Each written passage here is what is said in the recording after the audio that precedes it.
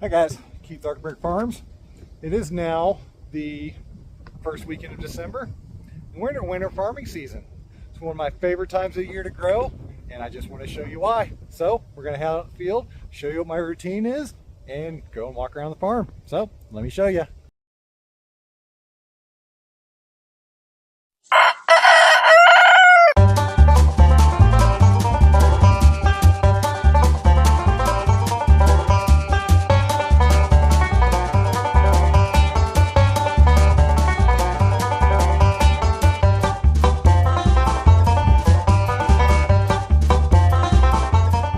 Also, don't forget to head over to arkenbergfarms.com. Scroll down to the bottom, digital tools and training. Bunch of cool stuff down there, a bunch of spreadsheets. We got stuff for accounting, we got field management, facility management, a bunch of other cool stuff. So go ahead and check it out. We also have the side openers there available as well.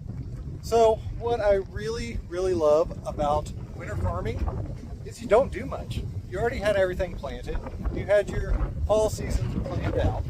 So now you're just kind of watching stuff grow, but also harvesting. So one of the main things we do every day when it starts getting sunnier like it is now out, in mid-morning, we come over to our greenhouses and we simply open the doors. That way they vent out. Now I do have one of my side openers on this. It's actually the door actuator.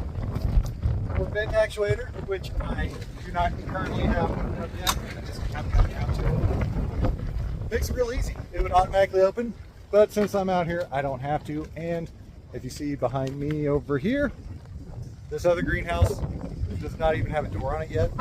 So I'll show you how we open that up. But yeah, I mean, that's what we do in the mornings, usually mid-morning or so. Then we come into our greenhouse, which has row fabric on top to keep the heat down in the bottom. Again, we're just trying to conserve our heat bank and keep everything growing like it should be. Then we come through and pick up our fabric. It's just floating row cover. We use a Ag 19 weight and just kind of toss it back towards the center. Again, we're not really doing too awful much. We're just trying to let the excess moisture escape out the door. Now it's going to get warmer today. This happens this time of year. It's usually warmer than this, but cooler early on. It's actually been the exact opposite this year. So it's kind of thrown some of my timing off, but as you can see, got a bunch of beautiful cabbages coming through still. And a bunch of other broccoli and things down here. We're just going to continue opening this up and I'll kind of show you what we do in the center of it. The next thing we do, we get everything uncovered, just kind of scout around, kind of get a feel for how things are going out in these tunnels.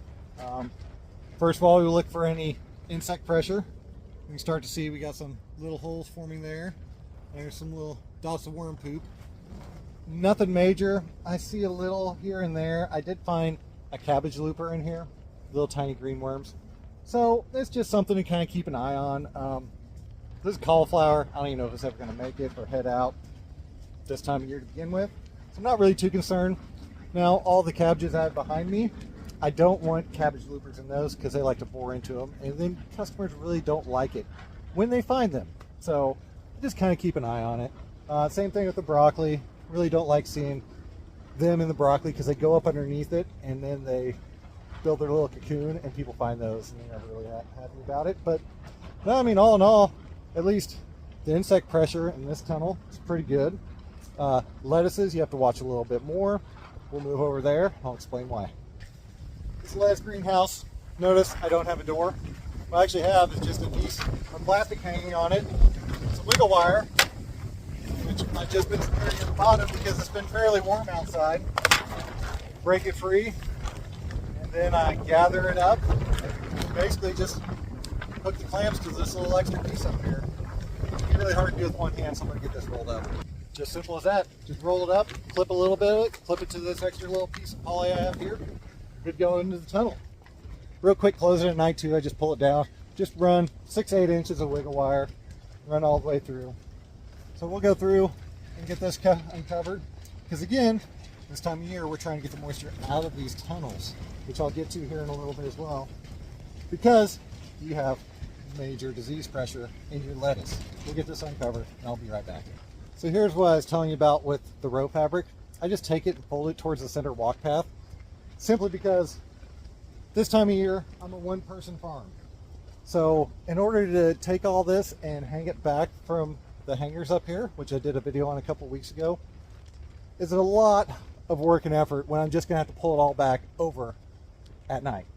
You know, I do know that I'm going to probably have to fight a little bit of bottom rot going on, which I've got here. But back to the aphids. Aphids like to come in strong on lettuce this time of year. When they hit hard. So you won't see any of them. All of a sudden they'll be everywhere. So I'm also going through and scouting and just kind of taking a look down towards the base of the plant, undersides of the leaves, that kind of thing, and kind of looking to see if I see any evidence of them. The purples always show first, because when they come in, they molt. So you'll see the little moltings on top of the lettuce itself. When you see that, that's the time to hit them with some soap. But again, this time of year, I don't want to do too much of that, because again, I'm trying to get moisture out, not put more moisture into this tunnel. And we'll get to that here in a second about what to do about watering. But yeah, now the third thing we do, walk around, look for disease. We've got plenty of it going on in this tunnel. This happens specifically because we have heat and moisture. When the lettuce gets too thick, it no longer is able to breathe. That's my mistake this year. I planted all this on 4 rows when I should have been planting on 3, and I might even next year just do 2 to really alleviate or like skip spaces, because we get these thick spots and then it starts dying on us. So we have plenty of lettuce, so I'm not all that worried about it. But again, I just got to keep on top of keeping it down. This is some kind of like bottom rot type stuff. It's more of like a fungus. It starts at the bottom. It basically pinches off the bottom of the plant. You got a bunch of this stuff. It's got a weird goo to it and a very, very distinct smell. I know it when I open up the tunnel because I can smell it. So just one thing to note. See a little bit on the cabbages when it gets a little too thick, and I'd be a little bit too lazy and not getting it uncovered enough. When it's warm like it is now, especially in this greenhouse, you've got to pay attention to that. Now, the next thing is weeding. Got to be fairly vigilant about your weeding this time of year. You don't have to do it a lot, but when they start getting bad, you have to. I just went through, ran a stirrup hoe down the path, or the in-between rows, and then the torsion weeder, which kind of just goes like that, around the plants themselves. I plan all this out on a specific spacing for my stirrup hoe to fit perfectly down here, and then the torsion weeder comes through and takes out the rest of it. Very great tactic, makes nice straight lines, and also helps really prevent diseases as well. I'll show you over in the other one where I need to start thinking about doing some weeding. Now in these onion beds is where I need to start really thinking about doing some weeding. You can see all of, I think this is henbit coming up, maybe? Yeah, so that's what henbit looks like right there. Just fine for it to grow. You just don't want it to go to seed. This stuff turns purple, so it's very obvious when it goes to seed. It's one of the main weeds I actually have come up in the winter. All the grass has pretty much died. I still got some dandelions around, things like that. But just something to be aware of. I will have to weed this onion bed no matter what. Same thing with my garlic and onion bed over there as well. And the direct seed crop is not covered. Again, I'll have to watch it and weed it. But pretty much wherever we got a good canopy like this, we have no issues. So that takes us over to the final thing, which is the rarest of all, which is watering. Again, like I've been saying, we want to get rid of moisture from this tunnel. We do not want to put anything back in. But there are occasions, especially when it's, you know, a warmer than usual winter, when you do need to start watering. You can very, very well see right through here, that's garlic. Nice and green and tall. Of course, there are some weeds in there. But right here, almost a complete absence of anything. Typically this time of year, don't have to worry about it. The reason why I put my main crops in the center is because I know there's enough ground moisture to handle it and to keep things watered. Now, on the outsides of the beds, typically we have enough rain and snowfall that the water actually absorbs through the soil and waters these beds for me. It's where you can kind of see in the carrot bed as well, to where it was really green here and not so green there, just uneven moisture. So I will actually come in and just water this side this afternoon because we got really good temperatures coming in. And I don't know if I'm going to do the whole bed or just the top because I've got really good growth going down at the bottom as well. So it's just kind of, it's a real balance. Typically during the winter, I don't water at all. This will probably be the first time I've ever had to water this late in the season. And I think partially it's because on the edge of these beds, they don't get quite as much water when I turn on the irrigation, because we've got the overhead wobblers back here, as the centers do. And always the ends of the beds are always a little drier as well.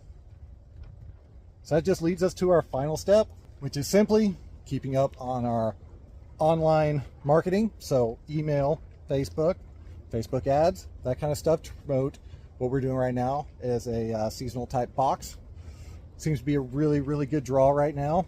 $20, I get 5 items. I mean, it's $3 or $4 off of our usual price. Then coming in, harvesting what I have. I try to take note of what's ready and stock that many items where we usually don't stock an amount of items. We just let it sell because we always have, pretty much always have enough.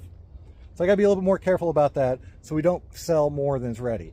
I mean, I'd really hate to have to come in here and give somebody like a little tiny cabbage head compared to what is a much bigger cabbage head. Same thing with broccolis. They kind of just go at their own rate. But yeah, I mean, this time of year is by far my favorite.